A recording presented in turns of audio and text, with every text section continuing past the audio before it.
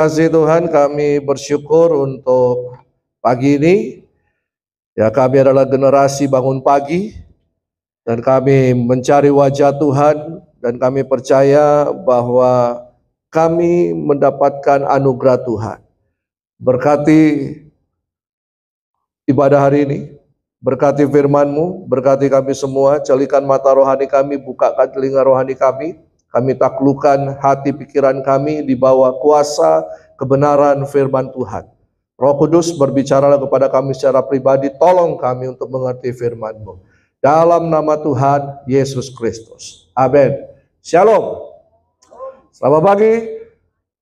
Haleluya. Generasi bangun pagi, apa kabar? Puji Tuhan. Oke. Bulan ini temanya adalah apa? Kesalehan. Ya. Nah, kesalehan ini saya akan berbicara tentang ibadah yang sejati. Kok saleh tapi bicaranya tentang ibadah? Ada apakah dengan cinta? Ya, tidak tahu saya juga ya. Cinta tidak ada di sini, ya. Oke. Kenapa sampai kita harus berbicara tentang ibadah di dalam pengertian kesalehan? Apa sih kesalehan itu? Ya, apa sih kesalehan itu? Coba buka file berikutnya. Ya. Hubungan antara kesalehan dan ibadah. Saleh itu berarti orang yang beriman, orang yang mempunyai Tuhan, hidupnya baik, ya, seperti Ayub misalnya. Nah, 1 Timotius 4 ayat 7 sampai 8, coba kita lihat apakah hubungan antara kesalehan dan ibadah. 1 Timotius 4 ayat 7 sampai 8 gini. Jauhilah tahyul dan dongeng nenek-nenek tua. Latihlah dirimu beribadah. Latihan badani terbatas gunanya, tetapi ibadah itu berguna dalam segala hal karena mengandung janji baik untuk hidup ini maupun untuk hidup yang akan datang. Jauhilah tahyul atau dongeng-dongeng nenek tua. Maksudnya apa? Ajaran-ajaran atau hal-hal yang berkaitan tentang norma-norma kehidupan yang tidak sesuai dengan kebenaran firman Tuhan. Ya, nah itu jauhilah tahyul. Tahyul ada jin, ada setan di mana, ya, jauhilah tahyul. Oke, apa sih ibadah itu? Latihlah dirimu beribadah. Ibadah itu harus dilatih. Ya, apa sih artinya ibadah? Ibadah itu dalam bahasa Inggris dikatakan guidelines. Apa sih arti guidelines? Guidelines itu secara kamus berarti kesalehan. Ya, guidelines itu berarti kesalehan. Tetapi sebenarnya makna yang terkandung di dalam kata guidelines ini dalam bahasa Yunani memakai kata eusebia. Ya, eusebia. Nah, eusebia artinya keserupaan.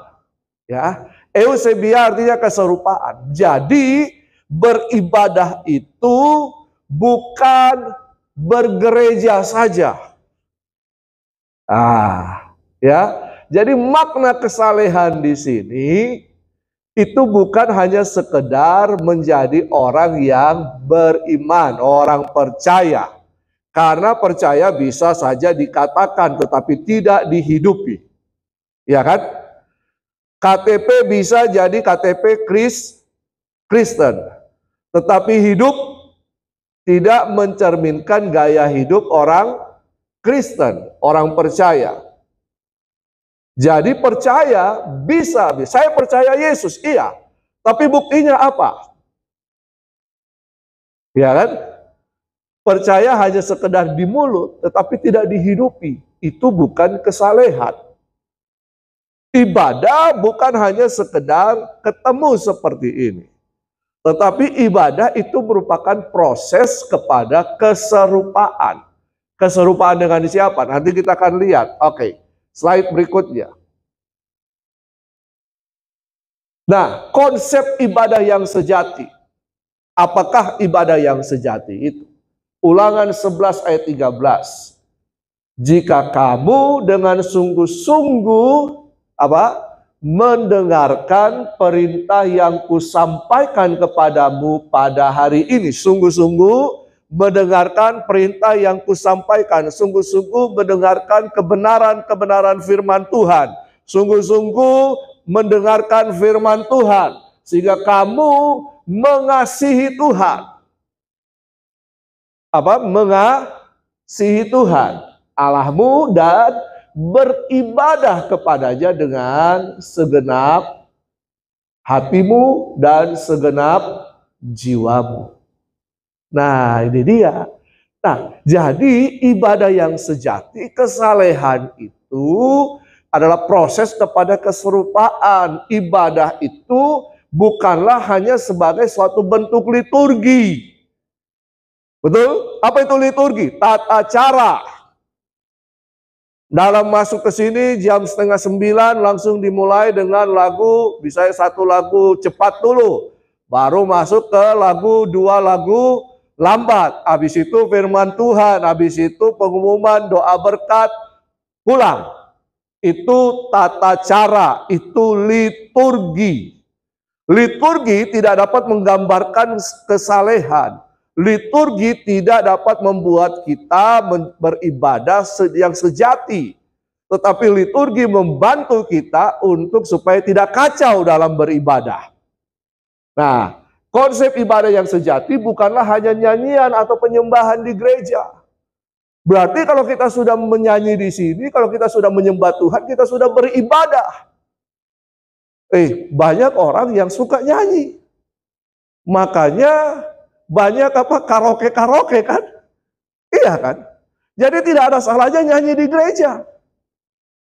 Tapi jangan hanya puas seperti itu.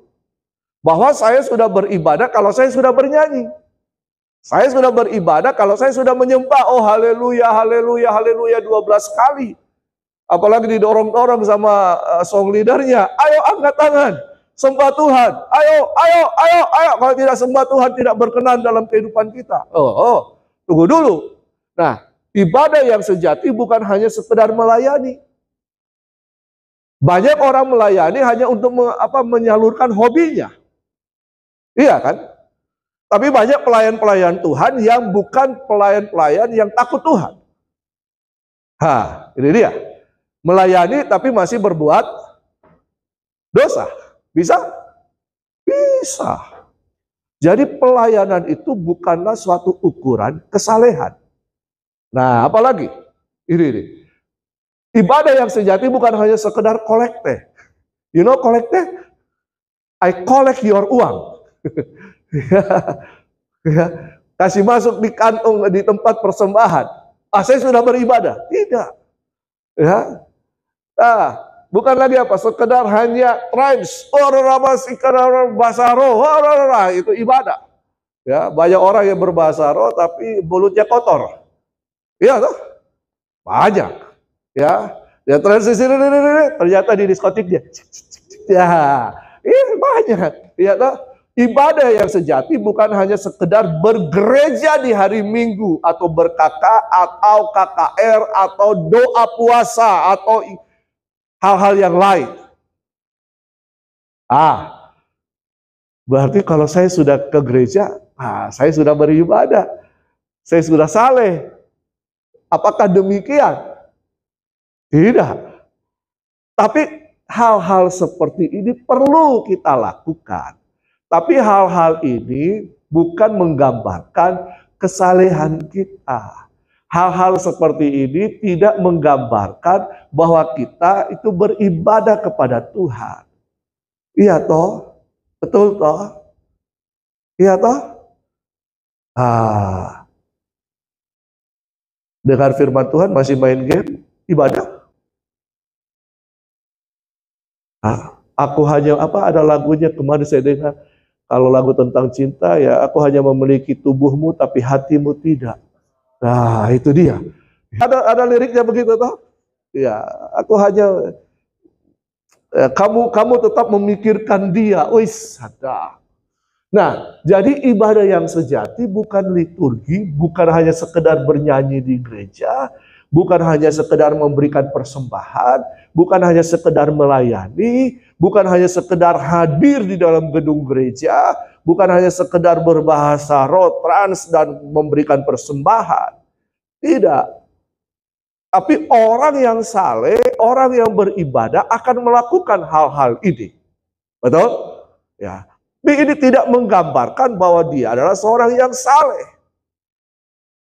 Kemarin saya dengar berita, salah satu imam masjid di Madinah mengkritik orang Indonesia. Dengar berita itu?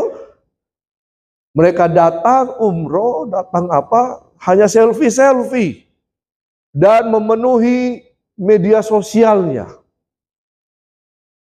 Nah, kalau seorang imam bisa kritik orang Indonesia, bagaimana kita dengan orang Kristen? Jadi itu tidak menggambarkan aktivitas kita di dalam gereja, aktivitas kita secara rohani, tidak berarti bahwa kita sudah adalah orang yang saleh.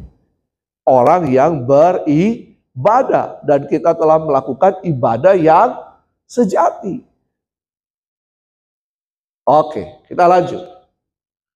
Nah, apa itu ibadah yang sejati? Kayaknya saya cepat saja, karena saya tahu kalian dari buka-buka wajah-wajahnya sudah mengerti akan hal ini. Coba lihat kiri kanan. Nah, mengerti kan? Jadi ibadah yang sejati bukan hanya prakteknya, gitu ya. Ibadah yang sejati itu bukan hanya sekedar praktek. Ibadah yang sejati itu bukan hanya sekedar apa? Performansi kita. Ibadah yang sejati itu bukan karena kita mengenakan aksesoris. Pakai salib besar-besar, oh orang Kristen, oh berarti dia orang saleh. Tunggu dulu. Ya, itu salib itu gambar apa? Gambar penghukuman. Ya toh? Kenapa kita tidak pakai kursi listrik? Aksesorisnya kursi listrik kah? Atau apakah? Begitu toh? Ya kenapa? Tapi kenapa salib? Nah, itu ya. Oh kalau sudah pakai salib besar-besar, di sini salib, di sini salib, dikasih salib lagi di sini, sudah orang saleh beribadah. Tetapi ibadah yang sejati, Roma 8 ayat 29 berkata apa? Mari kita baca sama-sama. 1, 2, 3. Sebab semua orang yang dipilihnya dari semula, mereka juga ditentukannya dari semula untuk menjadi serupa dengan gambaran anaknya, supaya ia, anaknya itu menjadi yang sulung di antara banyak saudara. Kita ini manusia ini dari semula, kapan itu? Dari sejak diciptakan, bahkan masih dalam ide pemikiran Allah, bahwa Allah ingin menciptakan kita serupa dan segambar dengan Dia. Ketika Tuhan menciptakan ikan, Tuhan tidak berbicara langsung pada ikan, Tuhan berbicara kepada air. Maka jadilah ikan. Ketika Tuhan menciptakan tanaman pohon, Tuhan itu tidak berbicara pada pohon, Tuhan berbicara kepada tanah. Maka tanah menghasilkan, menumbuhkan pohon dan tanaman. Ketika Tuhan menciptakan manusia, Tuhan tidak berbicara kepada tanah, tapi Tuhan berbicara kepada dirinya. Baiklah kita menjadikan manusia menurut gambar dan rupa Allah. Jadi air bisa ada tanpa ikan. Tanah bisa ada tanpa pohon. Tuhan bisa ada tanpa manusia. Tapi ikan tidak bisa hidup tanpa air. Pohon tidak bisa hidup tanpa tanah. Manusia tidak bisa hidup tanpa Tuhan. Itu ada di TikTok. Aha. Makanya Kak Felix, Nah, berarti dari awal Tuhan mendesain kita untuk menjadi serupa dan segambar dengan Dia. Tapi kemudian dosa mendistorsi kehidupan manusia. Sehingga manusia kehilangan gambar Allah dalam hidupnya.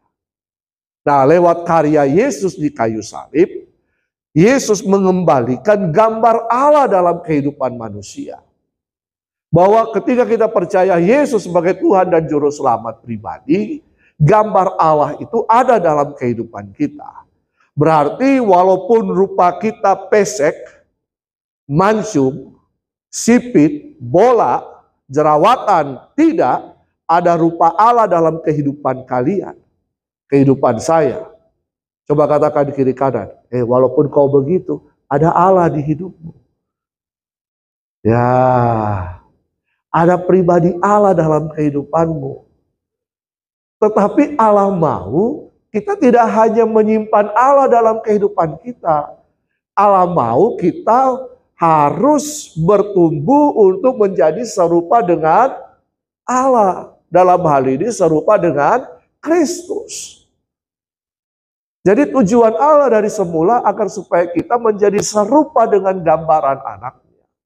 Semua yang tadi saya sebutkan, liturgi, ibadah, dan lain-lain, itu merupakan proses untuk kita berlatih menjadi serupa dengan Dia.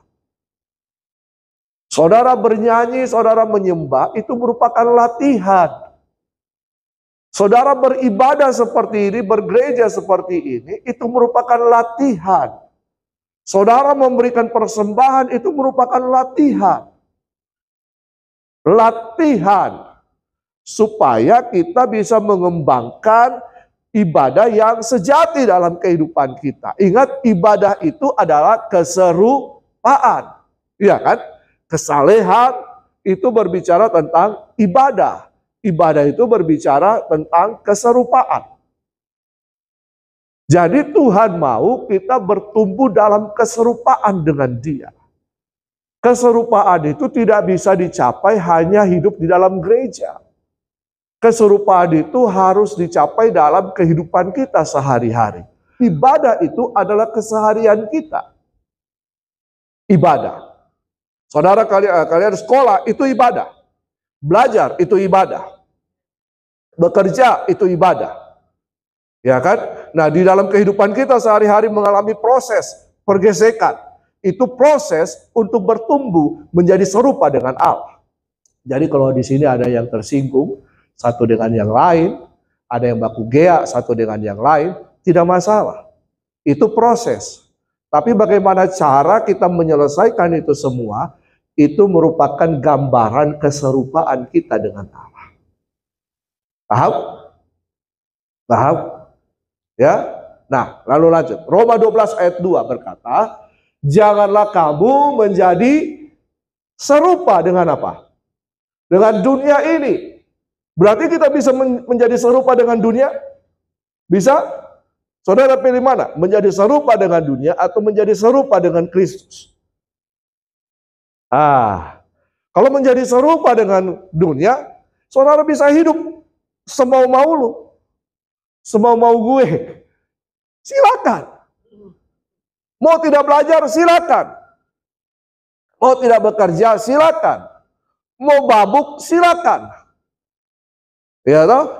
Jadi pada suatu saat tiba-tiba ada yang oleng masuk got.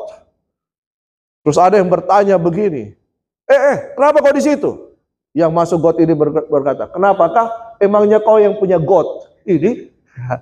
Dia mabuk. Saudara mau dugem, silakan. Kalau saudara sedang menuju kepada keserupaan dengan dunia ini, mau bertikai, mau apa, silakan. Ya, mau bote-bote, silakan. Apa saja yang dunia, keinginan daging kita mau, silakan lakukan. Itu berarti kita sedang berproses menjadi serupa dengan dunia ini.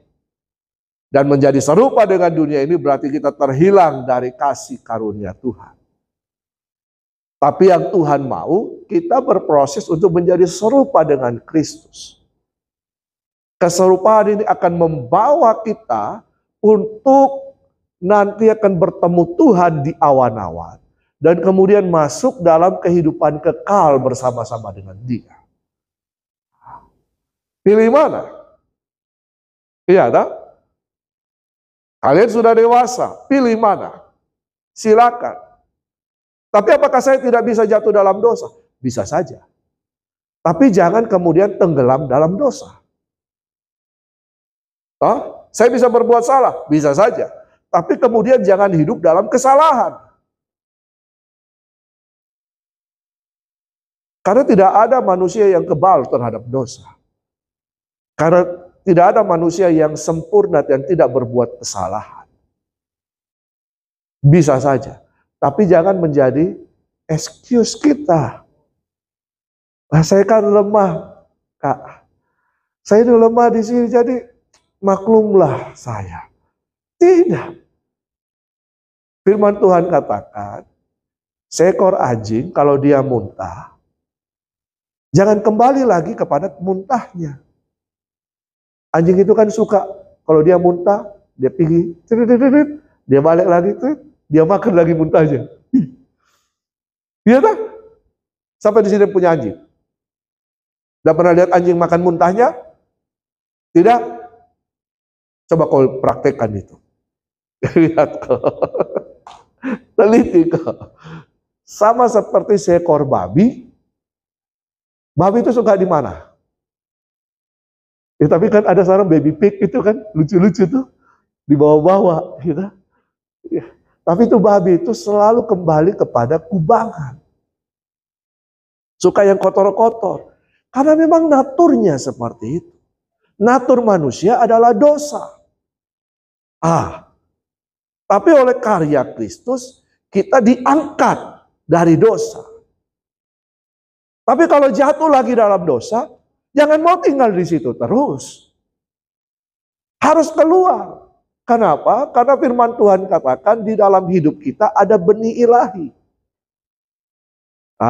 Ini dia, benih ilahi ini harus ditumbuhkan. Jadi, janganlah kamu menjadi serupa dengan dunia ini, tetapi apa ke situ ada kata kuncinya? Berubahlah. Katakan berubah. Berubah. Berubah jadi apa? Mobile Legend. Dulu ada film apa itu? Satria Baja Hitam nih berubah. Power Ranger. Dengan kekuatan bulan.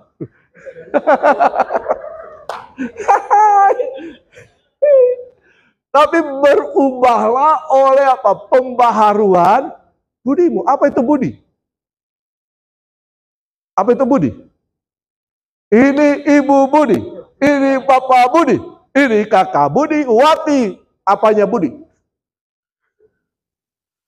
Budi itu ini, pikiran. Pikiran kita. Medan tempur terbesar itu di sini, pikiran. Dalam pikiran ini muncul keinginan. Dalam pikiran ini muncul kehendak. Dalam pikiran ini muncul mau melakukan. Ini pikiran. Makanya jangan biarkan pikiranmu liar kemana-mana. Isi pikiranmu dengan apa? Firman Tuhan. Karena itu firman Tuhan katakan berubahlah oleh pembaharuan budimu. Sehingga kamu dapat membedakan mana kehendak Allah, apa yang baik, yang berkenan kepada Allah, dan yang sempurna. Ya, terakhir. Ibadah yang sejati, 2 Korintus 3 ayat 18. Dan kita semua mencerminkan, siapa di sini suka bercermin? Kalau kalian lihat cermin, apa yang kalian lihat? Abel tidak lihat cermin. Abel, lihat. Apa yang ada dalam tampilan di cermin? Lemingho. Apa? Sora.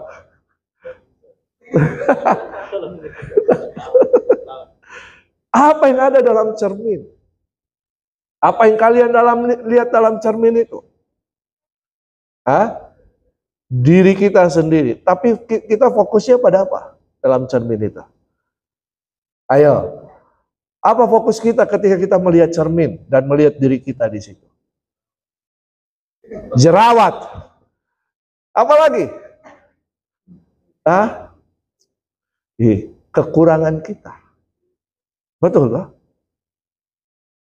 Kalau saya lihat kekurangan kita, rambutku begini, coba oh, jelek nah, ganti lagi.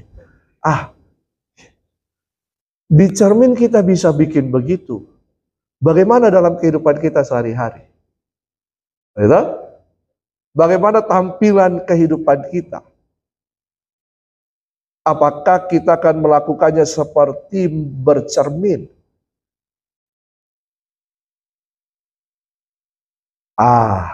Memang kita tidak hidup dari apa kata orang, tapi apa kata Tuhan.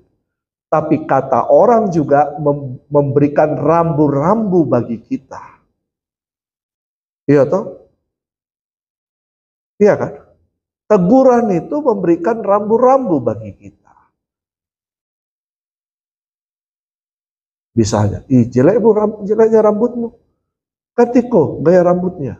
Makanya saya gaya rambutku begini lagi karena istriku bilang ganti lagi gaya rambutnya. Ya saya udah tahu habis itu mau ganti rambut kayak apa lagi. Nah, tapi kita harus tahu bahwa ketika kita bercermin, kita harus melihat kemuliaan Tuhan dalam kehidupan kita. Itu yang Tuhan mau. Keserupaan itu harus terjadi. Orang bisa melihat kita serupa dengan Tuhan atau tidak. Tetapi yang lebih penting kita melihat pribadi kita, apakah kita serupa dengan Tuhan atau tidak. Iya kan? Itu kehidupan kita. Sehingga tampilan kehidupan kita bukan dibuat-buat. Tampilan kehidupan kita adalah mencerminkan kesalehan kita. Tampilan kehidupan kita mencerminkan ibadah kita. Bukan karena saya banyak berdoa bersujud lalu muncul 2 titik di sini bahwa saya sudah jadi orang saleh. Tidak. Tapi tampilan kehidupan kita. Ya, tampilan kehidupan kita. Nah, coba kita baca 2 Korintus 3 ayat 18. Dan kita semua mencerminkan kemuliaan Tuhan dengan muka yang tidak berselubung. Dan karena kemuliaan itu datangnya dari Tuhan yang adalah Roh, maka kita diubah menjadi serupa dengan gambarannya dalam kemuliaan yang semakin besar. Menjadi serupa dengan Kristus itu tidak bisa dengan kekuatan kita. Kita butuh Roh Kudus. Kita butuh firman Tuhan. Roh Kudus akan menghidupkan firman Tuhan untuk memproses kehidupan kita. Kita butuh itu. Makanya pentingnya Yesus naik ke sorga supaya Roh Kudus diberikan kepada kita. Tidak lama kita akan merayakan kenaikan Yesus. Bukan hanya sekedar tanggal merah dan kemudian kita bergereja. Tidak. Atau kemudian ibadah padang. Tidak. Tetapi itu merupakan tujuan Tuhan. Kalau dia naik, Roh Kudus akan turun dalam kehidupan kita. Karena itu minta selalu Roh Kudus. Roh Kudus tolong pimpin saya. Tiap hari. Roh Kudus tolong saya. Roh Kudus tolong saya. Roh Kudus kenapa saya begini? Kenapa saya begitu? Minta Roh Kudus tolong saya. Supaya saya selalu diperbaharui. Dan memang proses. Kita sedang berproses ke sana. Tidak apa-apa, sekali-sekali salah. Tidak apa-apa. Tapi jangan dimaklumi. Jangan kemudian menjadi excuse kita. Oh, saya memang temperamen saya begini. Tidak boleh. Harus berubah. Kesalehan itu harus dibuktikan dengan apa? Perubahan kehidupan kita. Kesalehan itu harus dibuktikan dengan perubahan kehidupan kita. Perubahan apa? Gaya hidup kita. karakter kita. Jadi ibadah yang sejati itu adalah ibadah yang membawa kepada perubahan untuk keserupaan dengan Yesus. Ibadah yang sejati adalah ibadah yang membawa kita kepada keserupaan dengan Kristus. Amin. Mari kita berdoa. Terima kasih Tuhan, kami bersyukur. Terima kasih untuk anugerah-Mu. Tolong kami, Roh Kudus tolong kami, supaya kami bisa menghidupi kebenaran firman-Mu. Tuhan, kami bisa menjadi serupa dengan Kristus, gambaran anak-Mu, gambaran kemuliaan yang luar biasa. Mari Roh Kudus jamah setiap kehidupan kami. Tolong kami. Kami minta anugerah-Mu. Roh Kudus menguasai kehidupan kami. Roh Kudus memenuhi kehidupan kami. Teruslah bekerja dalam kehidupan kami. Teruslah ingatkan akan kebenaran-kebenaran firman-Mu. Berbicaralah kepada kami.